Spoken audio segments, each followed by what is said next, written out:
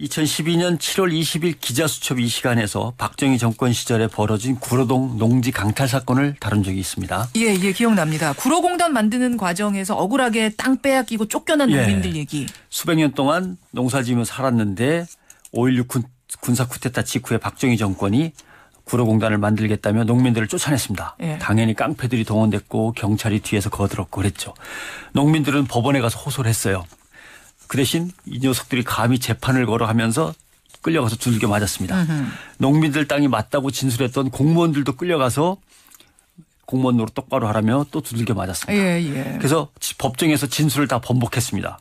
그런데 법원은 여러 가지 증거 서류에 엄연히 농민들 땅이라고 돼 있는데 무슨 소리냐 하면서 농민들 편을 들어줬습니다. 그러자 박정희 군사정권은 농민들이 소송 과정에서 서류들을 조작해갖고 증거로 내밀었다. 이건 소송 사기죄다라고 해서 또 몰아가서 법원에 재심을 청구했는데 법원은 군사정권에게 억지 쓰지 말라면서 또 농민들 편을 들어줬습니다. 그러자 박정희 군사정권이 다급해졌어요. 왜냐하면 1969년 삼선 개헌 해야 되는데 그 전에 뭔가 하나 만들어내야 되거든요. 구로공단이 어느 정도 모습을 드러내야 되는데 그래서 법무부 장관에게 특명을 내려서 이 청와대 특별지시 문건이 증거자료로 나와 있습니다. 관련 공무원들과 농민들을 갖다 두들겨 팼습니다. 지프차가 갑자기 몰려들어서 농민들 공무원들을 싣고 가서 가혹행위를 해갖고 농민들은 내가 완전히 증거를 조작해서 사기를 쳤다. 자백서를 써내고 풀려났고 공무원들도 다 죄를 인정하고 풀려났고 끝까지 포기하지 않은 사람 40명은 소송 사기죄와 위증죄로 감옥에 갔습니다. 그랬군요.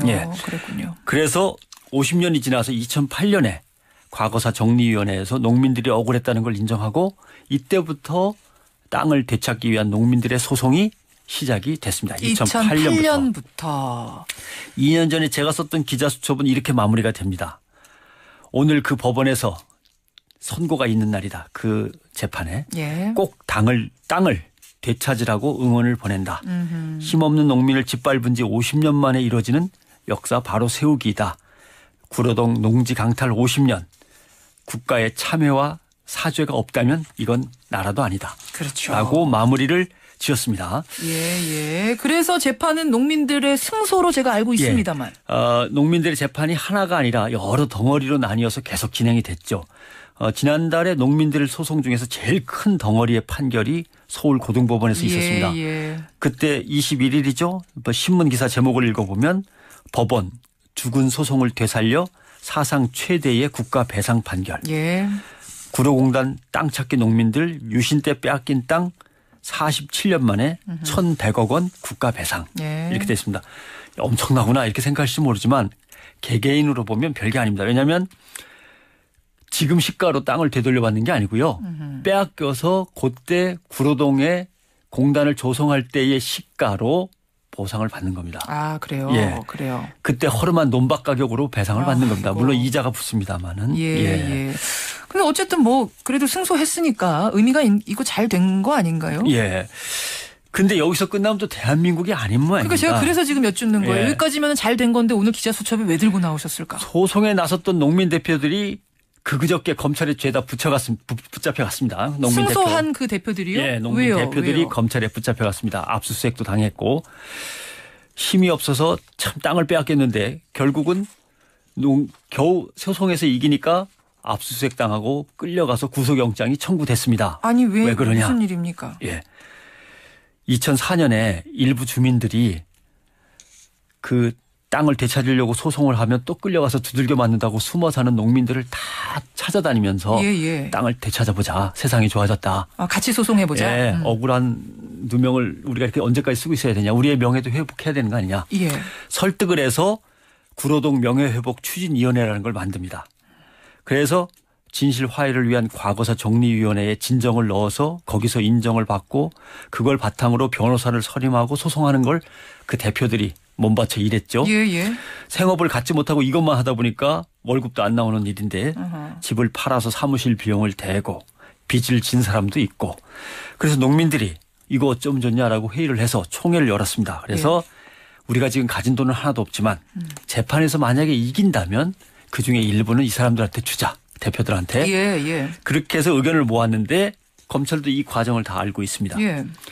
다만 그것이 해석하기로는 변호사를 알선하는 데 대한 대가로 돈을 주기로 한 알선수재 브로커 혐의다.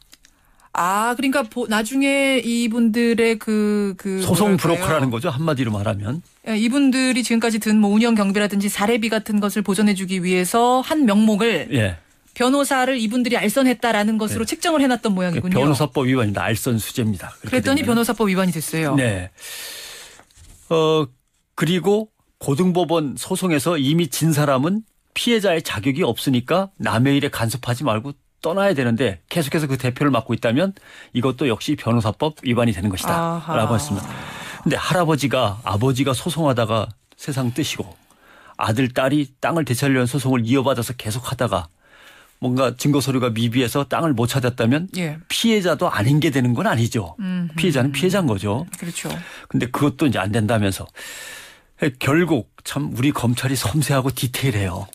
근데 그렇게 디테일하면 국정원 증거자료 조작 이런 거나 좀 잘 찾아내면 되는 건데 그래서 아무튼 땅을 빼앗기고 얻어맞고 감옥에 갔던 농민들 대표들은 다시 또 감옥에 갔습니다. 유치장에 갔습니다. 예. 어제 저녁에 법원이 말도 안 되는 소리 하지 마라 그래서 검찰이 청구를 기각해서 어제 밤에 풀려났습니다. 그래요. 다행히도. 예, 예. 아, 글쎄요. 힘이 없어서 땅을 빼앗긴 농민들은 이래도 저래도 참 잡혀가는 세상이면 안 되는 거 아닙니까? 안 되죠. 50년 전에도 땅을 내놓으라고 두들겨 맞고 재판 걸었다고 건방지다고 두들겨 맞고 재판에서 이겼다고 또 끌려가서 포기하라고 두들겨 맞고 근데 50년 뒤에도 브로커 노트 하지 말라고 또 끌려가고 하면 안 됩니다. 이렇게 되면은 이건 정말 지난번에 제가 제목을 좀 심하게 붙였다고 생각했는데 그렇게 심하게 붙인 건 아닌 것 같습니다. 이러면 정말 나라가 아닙니다. 예. 예. 근데 검찰이 안티 대통령인가요? 왜 박근혜 대통령을 계속 망신 주려고 이러는지 모르겠어요. 잊고 있었던 사건 오늘 또 꺼내주셨네요. 변상욱 기자 수고하셨습니다. 고맙습니다.